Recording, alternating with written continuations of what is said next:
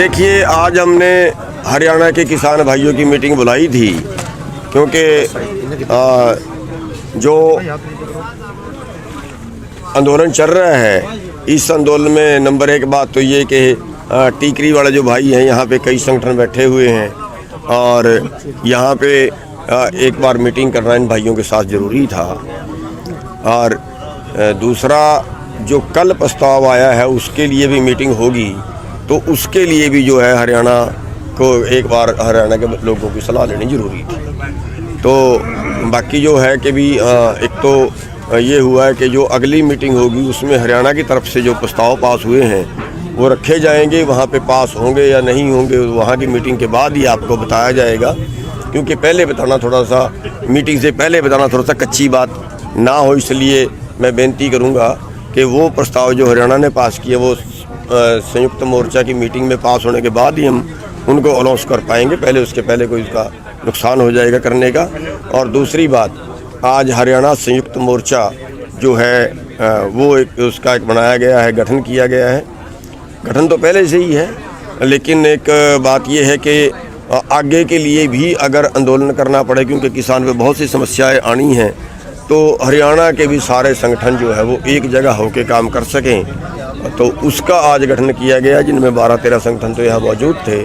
और उसमें ये भी तय किया गया है कोई और संगठन जो रह गए हैं, क्योंकि अभी कई ज़िलों से हमारा यहाँ पे लोग नहीं पहुँच पाए, जैसे पलवल है और फरीदाबाद है, मेवात है, उन ज़िलों से जो भी लोग और यहाँ हमें निकले काम करने वाले, या कोई भाई और जो संगठन का चला रहा है लेकिन रह गया है, उनसे भी बात की जाएगी।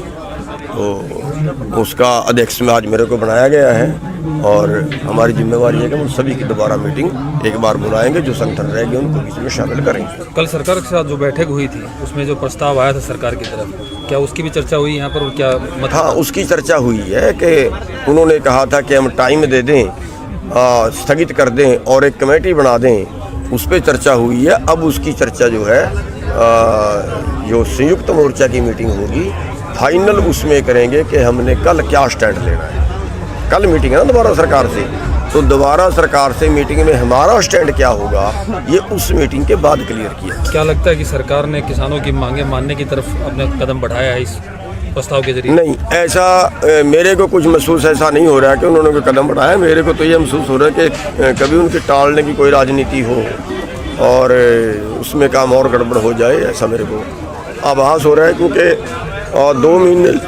2 महीने से बैठे हैं, 2 महीने में तो कमेटी बना के फैसला भी आ जाता।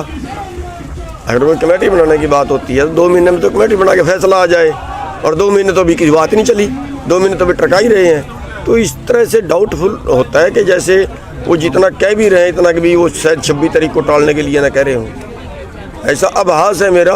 वो तो बाकी तो कल पता लगेगा। तो 26 तारीख की क्या तैयारियां हैं आपकी? जिस तरीके से देखिए, 26 तारीख के लिए हमने प्रशासन से बात हुई थी कल, और हमने उनको एक रूट उनको बता दिया है कि हम एक तो जो 26 तारीख की सरकारी परेड है उसमें बाधा नहीं डालना चाहते। उसमें बाधा डालने का हमारा कोई प्रोग्राम नहीं है, और कोई ऐसा प्रोग्राम नहीं है जिससे कोई राष्ट्र की कोई इज्जत कम हो, ऐसा कोई प्रोग्राम नहीं है। लेकिन हम ट्रैक्टर परेड करेंगे, दिल्ली के अंदर करेंगे, और जो रिंग रोड है रिंग रोड पे हम अपना ट्रैक्टर परेड करेंगे। उसके लिए लाखों ट्रैक्टर पूरे देश से, या जो दिल्ली के नज़दीक का 200-300 किलोमीटर का एरिया है वहाँ से आ रहे हैं। और उसके लिए हमने सरकार से जो प्रशासन से बात हुई है, प्रशासन से ये कहा कि उसके लिए आप हमें इजाज़त भी दें, आप उसका प्रबंध भी करें। उस दिन ट्रैफिक रोकें और पूरा वो रोड खाली कराएं और बैरिकेड उस दिन के लिए हटा दें। तो ये हमने उनको कहा है। तो उस पर अभी उन्होंने कल ये कहा था कि हम कल तक राय करके बताएंगे। तो आज फिर मीटिंग रखी थी, लेकिन क्योंकि आज हमें अपनी मीटिंग करनी पड़ेगी और पंजाब वालों को अपनी मीटिंग करनी पड़ेगी, तो शायद आज उनसे मीटिंग नहीं हो पाएगी। NIA के नोटिस पे क्या कहना है? साथ में ट्रैक्टरों के भी चालान ऑनलाइन घर भेजे जा रहे हैं। ट्रैक्टरों के चालान तो मेरे को आपसे पता लगा है कि ऑनलाइन घर भेजे जा रहे हैं। काफ़ी सूचनाएं मिल रही हैं सर। अगर ऐसा है तो फिर बदकिस्मती है, लेकिन आंदोलन को तोड़ने के लिए ये सब किया जा रहा है, आंदोलन को कमज़ोर करने के लिए ये सब किया जा रहा है। और ये ओछी हरकतें हम इनको कह सकते हैं। अब एक आदमी ने लंगर लगा दिया है तो क्या वो अपराधी हो गया? क्या लोगों को खिलाना भी अपराध है? एक आदमी ने जो शहीद हो गए हैं लोग, उनको 50-50 हज़ार रुपया दे दिया है तो क्या वो भी अपराध हो गया? अरे दान पुण्य करना तो वैसे ही किसी श्रेणी में नहीं आता। दान पुण्य करने पर तो वैसे ही टैक्स भी नहीं लगता। ये कर क्या रहे हैं? कौन सा राज है ये तो गुंडा राज हो गया फिर। और अगर ऐसा करेंगे तो बड़ा कड़ा मुकाबला किया जाएगा फिर। तो कल कोई समाधान निकलने की उम्मीद?